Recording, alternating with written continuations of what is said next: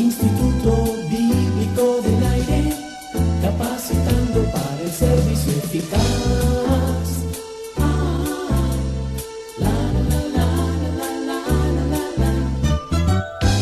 Saludos, apreciable estudiante del Instituto Bíblico del Aire. Reciba usted la más cordial bienvenida a este nuevo programa. Es un gran privilegio para nosotros compartir estas enseñanzas. Aquí todo listo para continuar con la serie sobre el Nuevo Testamento.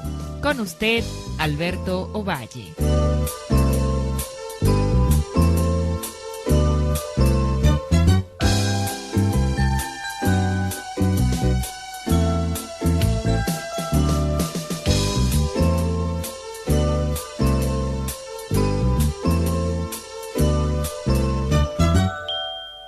Amados, no creáis a todo espíritu, sino probad los espíritus si son de Dios, porque muchos falsos profetas han salido por el mundo.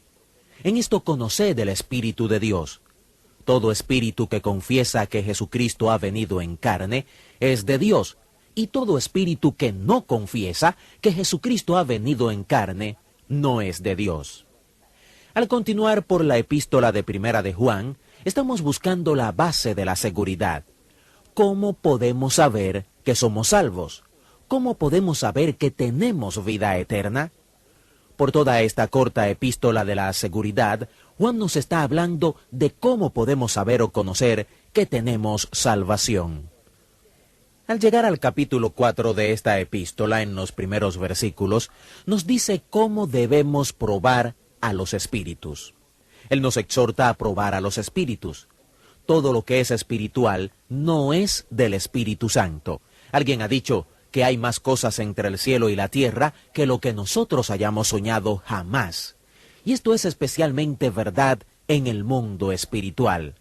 En el mundo espiritual hay espíritus buenos y hay espíritus malos. Y se nos dice que debemos probar a los espíritus para saber la diferencia. Aquí, una vez más, estamos llegando a una cierta base doctrinal, una unidad entre creyentes. ¿Por qué? Es una prueba doctrinal por la cual uno debe pasar a todo espíritu. Todo espíritu que confiesa que Jesucristo vino en carne es de Dios.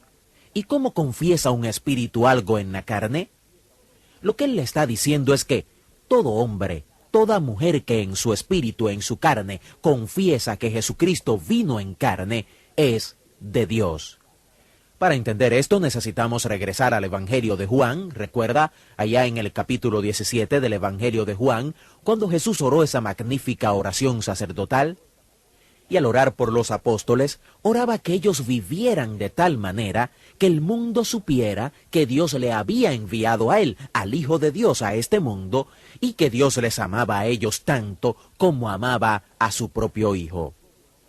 Y él rogaba para que estos hombres vivieran de tal manera que el mundo creyera que Dios envió a su único Hijo al mundo y que Dios ama al mundo tanto como ama a su propio Hijo. ¿Cómo podían vivir de tal manera que el mundo supiera eso? Parece que el tema de Juan continúa siendo este. Por el hecho de que se aman los unos a los otros, el mundo lo sabrá. Recuerde que en el aposento alto, Jesús les dijo antes de dejarles, ustedes tienen un mensaje que comunicar al mundo, un mensaje de amor, y así es como ustedes van a comunicar este mensaje de amor. Comiencen a amarse unos a otros. Y cuando el mundo vea que ustedes se aman, ellos van a entender el mensaje. Esto pasó realmente en la primera generación de la iglesia. He aquí cómo se aman unos a otros. Eso es lo que se oía una y otra vez en los primeros siglos de la iglesia. ¿Con qué frecuencia se oye eso en el presente? La gente nos mira y al observarnos en nuestras iglesias, ¿cree usted que ellos pueden decir, mira cómo se aman? Eso es lo que deberían decir, porque Juan dice que esa es la manera en que nosotros confesamos a Cristo en la carne. Así es como le decimos a la gente que Juan 3:16 es verdad, que Dios amó de tal manera al mundo que dio a su Hijo unigénito para que todo aquel que crea no se pierda, mas tenga vida eterna. Y habiéndonos dado esta introducción aquí en el capítulo 4, luego Juan nos da 10 razones por las que debemos amarnos unos a otros. Él ya nos ha dicho sobre qué va a hablar. Nos va a hablar de que es absolutamente esencial que en nuestra carne, en nuestros espíritus, debemos confesar el Espíritu de Cristo, el cual es el Espíritu del amor. Esta es la base de nuestra seguridad. Habiendo aclarado eso, nos da 10 razones por las que debemos amarnos unos a otros. Pablo no fue el apóstol del amor. Pablo escribió 1 Corintios 13, que muchos piensan que es el capítulo del amor en la Biblia, pero el asunto principal de 1 Corintios 13 no es el amor realmente, sino los dones espirituales. 1 Juan 4 es el capítulo del amor en la Biblia, y el apóstol del amor es el apóstol Juan, no Pablo. Aquí en 1 Juan capítulo 4 es donde el apóstol del amor nos da 10 razones por las que debemos amarnos unos a otros. Él nos da el capítulo del amor de la Biblia. Él nos dice que debemos amarnos unos a otros porque el amor es de Dios. Eso nos lo dice en el versículo 7. El amor verdadero, el amor ágape, es de Dios. Dios es el origen de esta cosa real. Así que ustedes creyentes deben amar porque ustedes son los únicos que pueden hacerlo. Porque el amor es de Dios. Y luego dice, y aquí regresa al tema de la seguridad, que debemos amarnos unos a otros porque todo aquel que ama es nacido de Dios y conoce a Dios. El que no ama, no conoce a Dios. Todo aquel que ama con amor ágape, ese es de Dios. Y el que no ama en esa forma, no es de Dios. Su tercera razón por la que debemos amar está en el versículo 8 del capítulo 4. Debemos amar porque Dios es amor. Esta es la esencia de lo que Dios es. Y aquí están estas grandes palabras en la Escritura. Dios es amor. Esta es la esencia de su tema, y si usted dice que es nacido de Dios o que está en Cristo, el Hijo de Dios, entonces su credencial es el amor. Siempre en la Escritura la credencial de la espiritualidad es el amor. Eso siempre está en la Escritura. La Escritura enseña eso constantemente. Nosotros tenemos la tendencia a sustituir eso por los dones espirituales.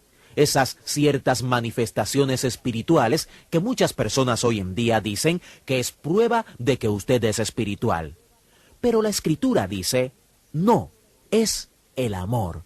Dios es amor. Y si usted dice que es nacido de Dios, entonces usted debe probar eso mostrando que ama. Y luego en los versículos 10 y 11 dice que debemos amar porque tenemos el gran ejemplo del amor. Y señala a Jesucristo muriendo en la cruz y dice, en esto consiste el amor. No en que nosotros hayamos amado a Dios, sino en que Él nos amó a nosotros y envió a su Hijo en propiciación por nuestros pecados. Amados, si Dios nos ha amado así, debemos también nosotros amarnos unos a otros. Así que, usted muestra que entiende el Evangelio cuando usted ama con amor ágape. En el versículo 16 nos da un versículo muy significativo. Dios es amor, y el que permanece en amor, permanece en Dios, y Dios en él. Dios es amor. Por lo tanto, si usted puede permanecer en ese amor, si usted puede meterse en la senda de este amor y hacerse uno con él, usted puede dejar que ese amor fluya en usted. Si usted permanece en amor, usted permanece en Dios y Dios permanecerá en usted. Y cuando esto pasa, usted encuentra otro bloque de construcción para su seguridad. Él dice en el versículo 17 del capítulo 4, en esto se ha perfeccionado el amor en nosotros, para que tengamos confianza en el día del juicio, pues como Él es, así somos nosotros en este mundo. La Escritura nos dice que el fin de la ley es el amor.